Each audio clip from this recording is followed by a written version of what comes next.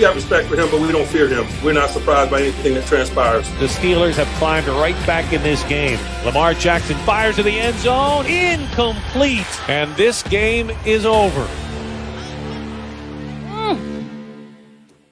All I got to say is how about them Steelers, Ryan Clark? He's getting all set and adjusted. It's okay, Ryan. You've been on TV all morning.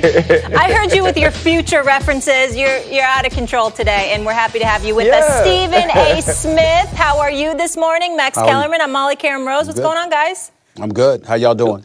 Good. Why don't you smile a little, Stephen A.? You're in L.A. You should be happier, Stephen A. Sun shining, Steelers won. Yeah, I'm jealous, Stephen A. I'm not going to lie. Well, first of all, a couple of things. Number one, if you recall, it is 3 hours behind y'all, so it's 7 a.m. here. All right, and it was 4:30 for our wake-up call. That's number one.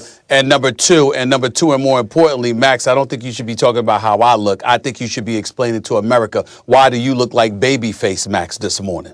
You know that baby that they do on that social media? That's exactly how he look. Either that or Casper the Friendly Ghost. One of the two. But you look good, brother. You look good, brother. Where I am right now. No, you look good. I ain't hating. You look good. You look good. Max, you saying I need a little sun? No, I'm saying yes, you do desperately, but you look about 10 years. Right. You look about 10 years younger, but you just look excessively white. Okay. All right. Let's go.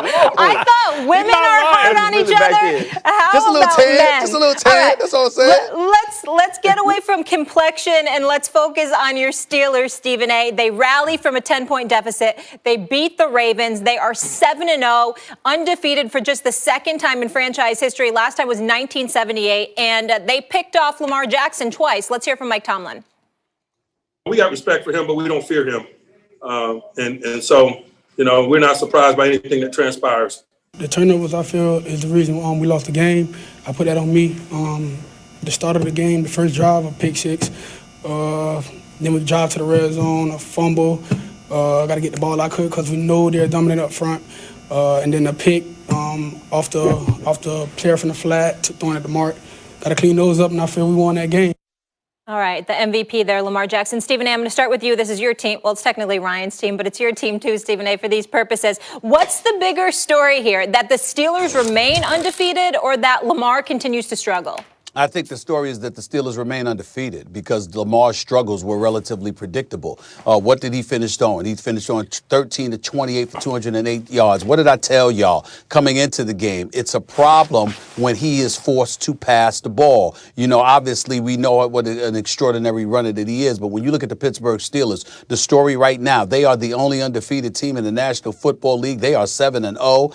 Big Ben Roethlisberger had a horrid first half, showed up in the second half and handled his business, and the Steelers played smash mouth football and were able to neutralize a nemesis in their division, which is the Baltimore Ravens. They were down 17-7 at the half. I didn't expect them to come back and win this game, but that's exactly what they did. And when you look at the way that they're defending, when you look at the key stop with knowing that Lamar Jackson was going to probably run on that 4th and 2, and John Harbaugh called that play anyway, and ultimately the Steelers neutralized him and shut him down. The play at the end of the game when Minka Fitzpatrick with his perfect timing just batted down that pass. I just love what I saw from their defense, not so much offensively, but they did what they needed to do.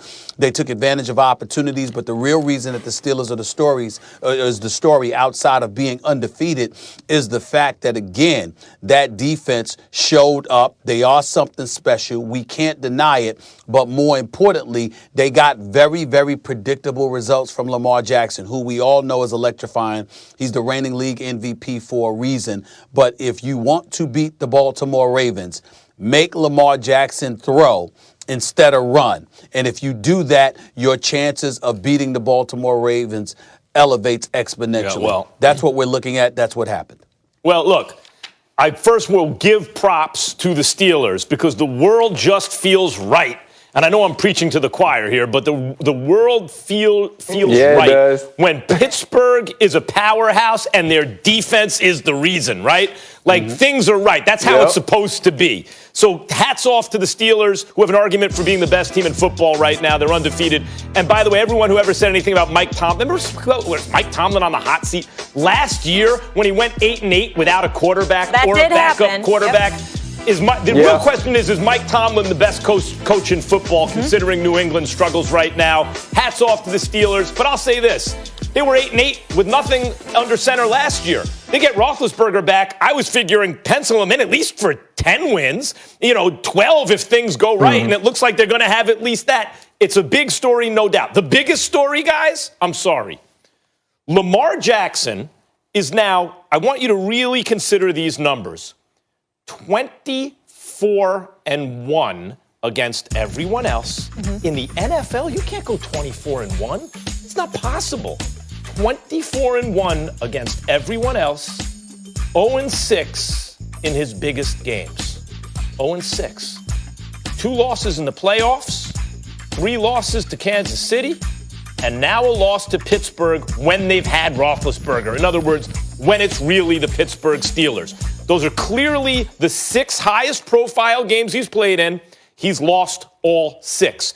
How do you go from 24-1 in 25 games? You're basically undefeated, an impossibility in football, in the NFL, to going winless when they need you most. I don't want to hear about, when they turn him into a pocket passer, he can't get it done. What do you think? Only the Chiefs and only playoff teams and only the Steelers with Roethlisberger realize that? No. Is the Steelers' defense so much different than last year, or did they get their quarterback back?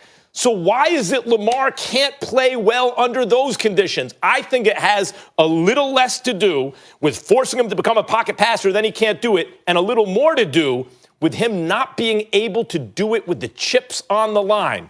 Be very clear, this doesn't mean he can never do it. But so far in his NFL career, he has not been the same player when the light shines brightest. And to me, that is the biggest story. Oh, man, my face is a little oily. We don't have makeup. I just picked this up, guys. I didn't even know what that was. It was just laying around the house, man. That's crazy. It's crazy how that happens. I agree with Max. You're going to go first off. You're going to say the Pittsburgh Steelers came out and they won the game. But then you got to look at the game, and that's how you get to Lamar Jackson, to this being more about Lamar Jackson. The Baltimore Ravens rushed for 265 yards. The Baltimore Ravens held the Pittsburgh Steelers without a touchdown in the first half. So when you hear those two things, no touchdowns in the first half, you rush for 265 yards, you think that the Baltimore Ravens, who actually dominated the league's best run defense, wins the game. But they don't, because Lamar Jackson turns the ball over 3 times. 2 interceptions that are actually unexplainable. You can't have a defense for him. You can't misread and go to and pick the wrong check down. You can't misread the drop of the linebacker and go to the second layer, not the first. That's a mental mistake by your quarterback. You can't not hold on to the ball in the red zone and allow Bud Dupree to get the ball out. So what's starting to happen now is in the biggest moments when teams are tightly matched, Lamar Jackson can't be the difference.